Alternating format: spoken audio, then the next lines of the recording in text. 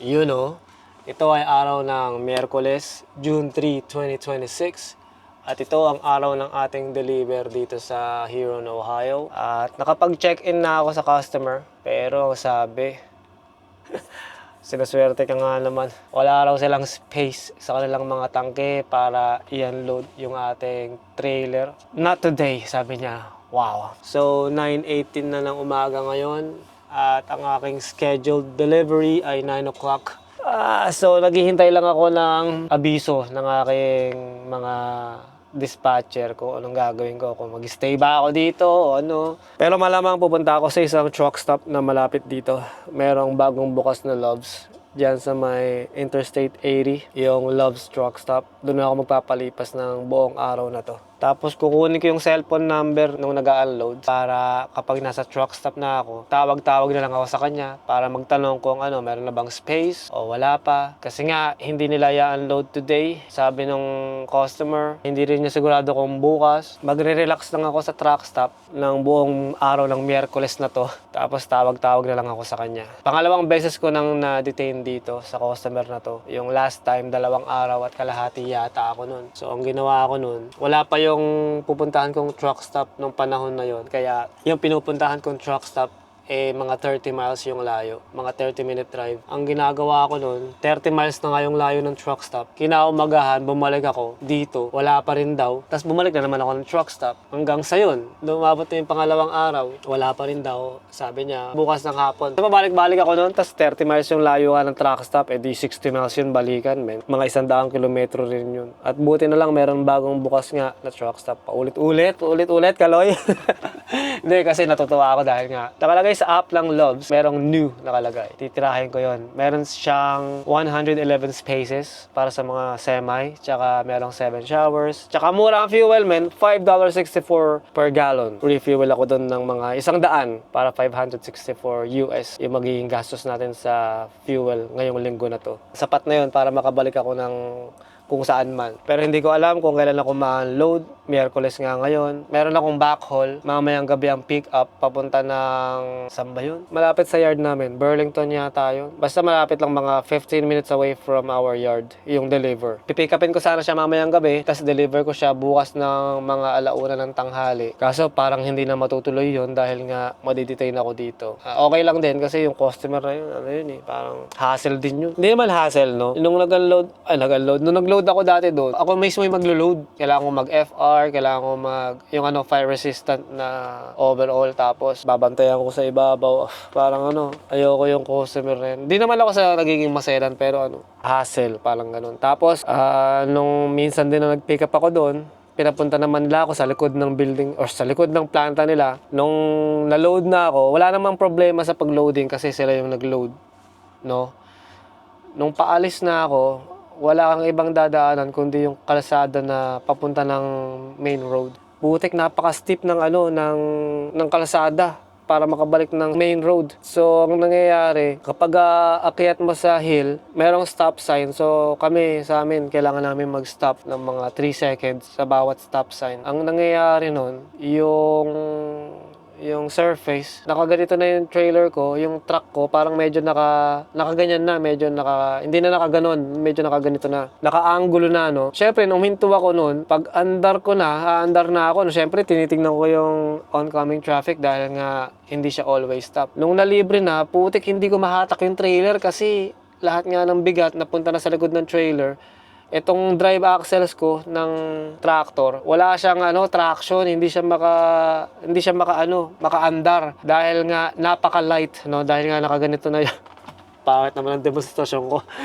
Ito yung trailer ko, ito yung tractor, parang lahat ng bigat napunta nga sa likod dito ng trailer, tapos napakagaan ng drive axle.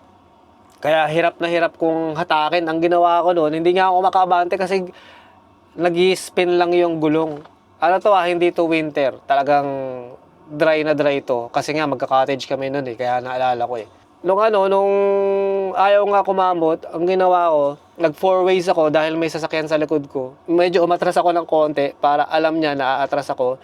Tas umatras din siya hanggang sa binigyan niya ako ng space. And then nung medyo naging level na ng konti yung trailer ko at tractor, putik, wala na akong pakialam sa wala na akong pakialam sa stop sign. Ang ginawa ko, umarangkada na ako, kumuha ako ng momentum. Tas habang nag-approach na ako sa stop sign, tinitingnan ko na yung oncoming traffic. Buti na lang hindi naman na-block. Yung walang mga puno, kitang-kita mo yung oncoming traffic. Walang traffic, so ang ginawa ko dire-diretso, hindi na ako minto sa stop sign. Kung tatawagan ako ng company, tatanungin ako kung bakit hindi ako minto. Sasabihin ko sa kanila, paki-rewind po yung video. Sinubukan kong huminto, tapos nawalan ako ng traction. Kaya kailangan ko umatras para kumuha ng buwelo. Tapos, dire-diretso na ako noon. Tinitingnan ko naman yung oncoming traffic, wala naman talaga. Ngayon, napakaran naman na ako, ayos na. Meron namang poste dito sa kanan. Putik. Naka-wide na ako, wide turn na yung ginawa ko.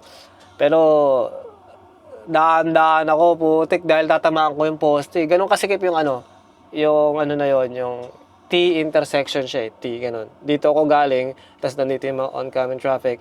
Tapos dito parang bundok. Parang bundok yung nasa harap ko.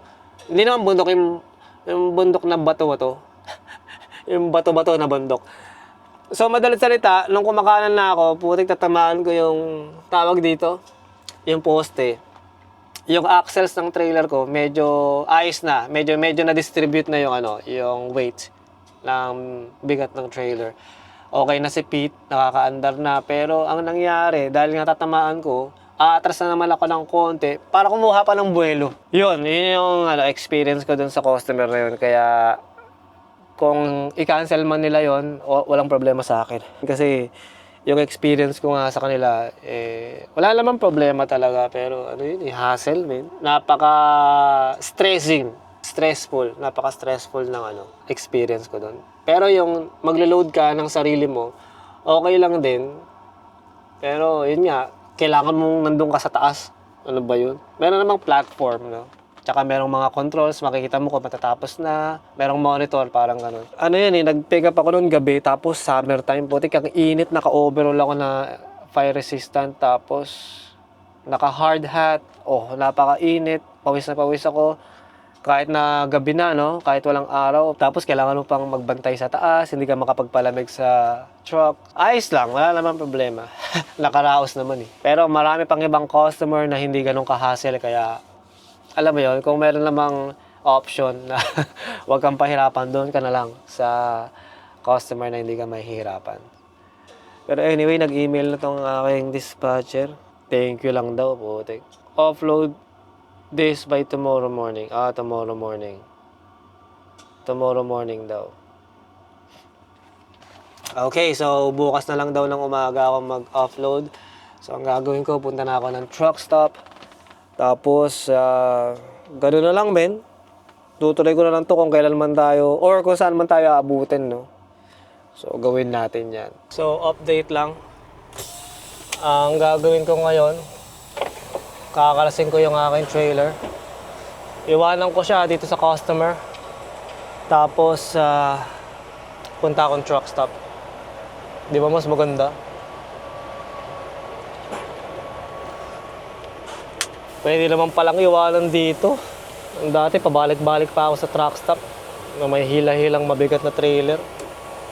Yun pala, pwede palang iwanan. Wala talaga. So ngayon, iwanan ko. Meron naman sila kasing shanter dito. So, i-unload niya. So, try niya bukas, parang ganon. Tapos, kapag empty na, tatawag daw siya sa akin. Iniwan ko yung phone number ko sa kanya. So, ayos namin. At least, hindi hirap si Pete ngayon sa truck stop. Diba? Goodbye, trailer.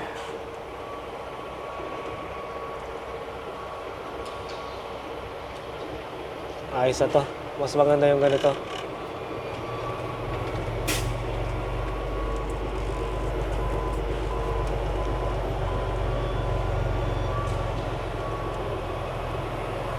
Bye, man. See you later, ha?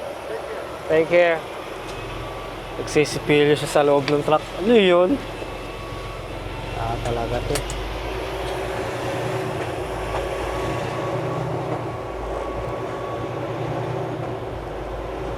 Tamang-tama yung aking def ay quarter na lang. Tapos yung aking fuel tanks malapit na mag-quarter. Saktong-sakto to. Tamang-tama makakaligo rin. Tamang-tama makakapagkape rin. Hindi pa ako nakakapagkape, men. Wala na pala akong 3-in-1. Wala na akong kape dito sa truck. What?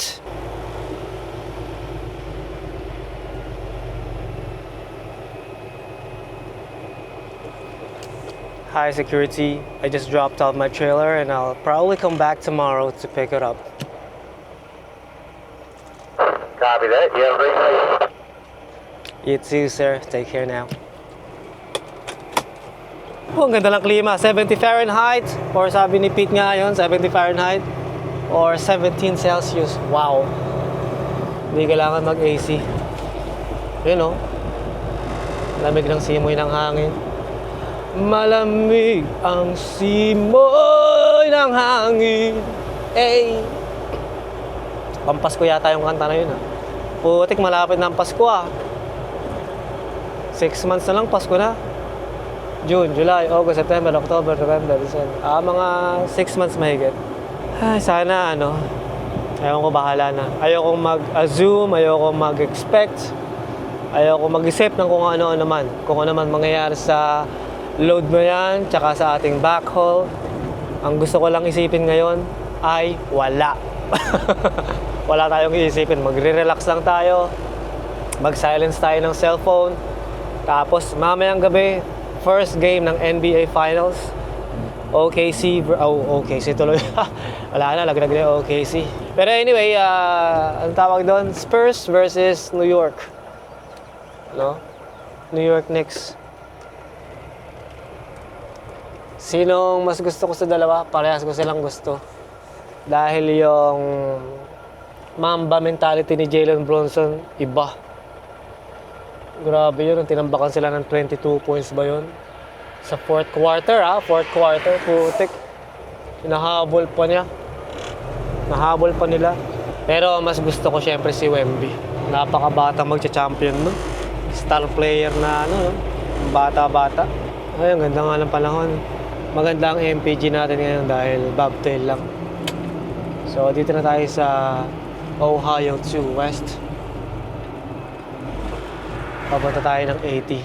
So, paano ba to? Kakat ko na lang to siguro kung saan tayo abutin, men. So, ganun na lang.